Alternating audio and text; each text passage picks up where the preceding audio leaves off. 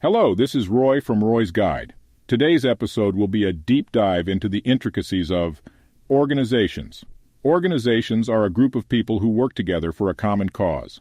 Many players in Star Citizen participate in organizations as a way to feel a sense of belonging. This is a perfectly normal thing to desire in life. However, not all organizations are the same, so let's go through a checklist of things to look for before making the plunge into joining a cult. The first question you must ask a prospective organization is, what region are you based in? It's important to know this, as playing in the wrong region can negatively impact your experience in-game with poor latency and impact you socially due to the inevitability of scheduling issues. Often organizations, especially big ones, will claim to be international.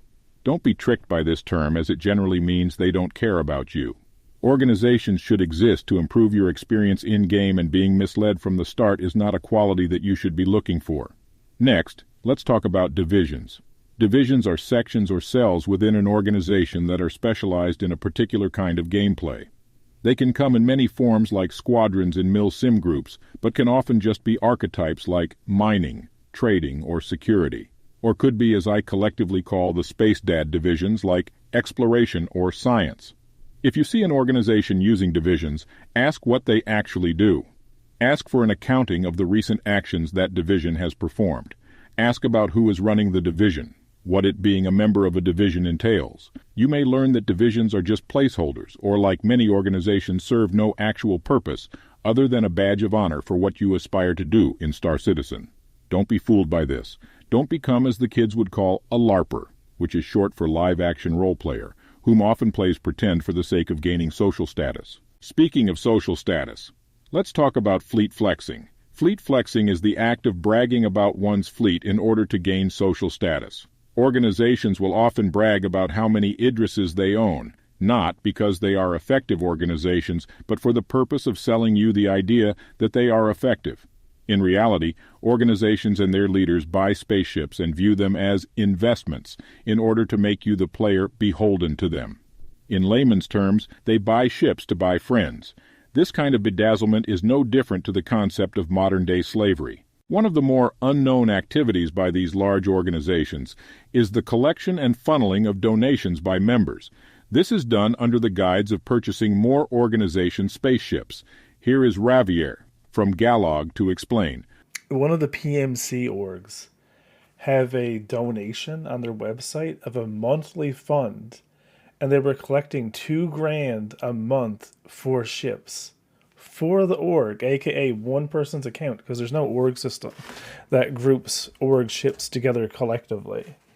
Oh yeah, and I'm like, man, I'm here starving to death. You know what I mean? Like, I had like $60 worth of income on Galog at the time, and there's fucking orgs literally collecting like $2,000 from from their website. I'm like, what the hell am I doing wrong? We at Roy's Guide are horrified by this discovery. We believe at face value this is extremely shady and warrants further investigation. Without going too off topic, there is a subset of players within Star Citizen that actively promote the idea of fixing one's fleet.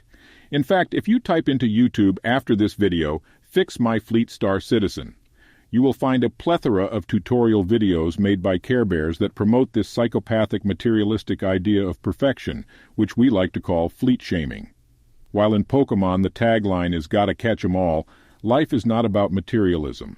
What's most important in life is your own self-worth. If you're only measured by how many spaceships you have, you probably need to get some help. So be wary of organizations and individuals that do this. Some organizations will ask that you make concessions. One of these is to be stripped of your identity with the assignment of a clan tag. A clan tag is a branding that is used to show affiliation with an organization. Cloud Imperium Games graciously provides one free name change for all players. All subsequent name changes are $5 a pop. When an organization peer pressures you into getting a clan tag, players need to understand that is a form of coercive control and the idea of sociopathic sadistic players.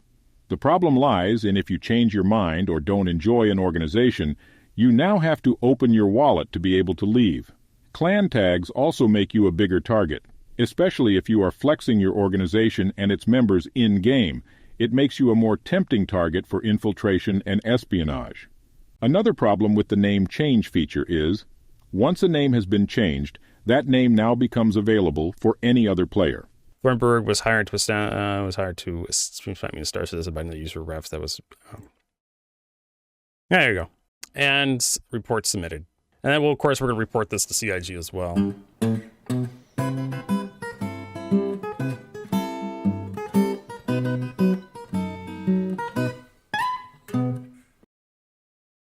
Identity theft is not a joke. By using a clan tag, you are willingly giving away your identity. Only join organizations that you have a mutual interest in. Look for organizations that have goals. Nothing is more important in life than to have a benchmark for what you want to achieve. Having no expectations or goals is a path that will always lead to stagnation. At GrieferNet, our goal is to protect the world from devastation and to unite all peoples within our nation. Every organization needs a goal to strive towards and for each member to feel like they are contributing to an overall mission. Don't be lured in by Zerg organizations like, for example, Test Squadron or Nova Squadron. As you may come to find that even the larger orgs that have thousands of players do not actively play the game, which in joining could be a detrimental thing to your game experience. So in conclusion, don't be beholden to an organization. Do your research and don't be afraid to shop around. GrieferNet is always looking for new and aspiring players to continue our murderous rampage across the galaxy. This is Roy from Roy's Guide. Stay safe out there, and most importantly, stay cheesy.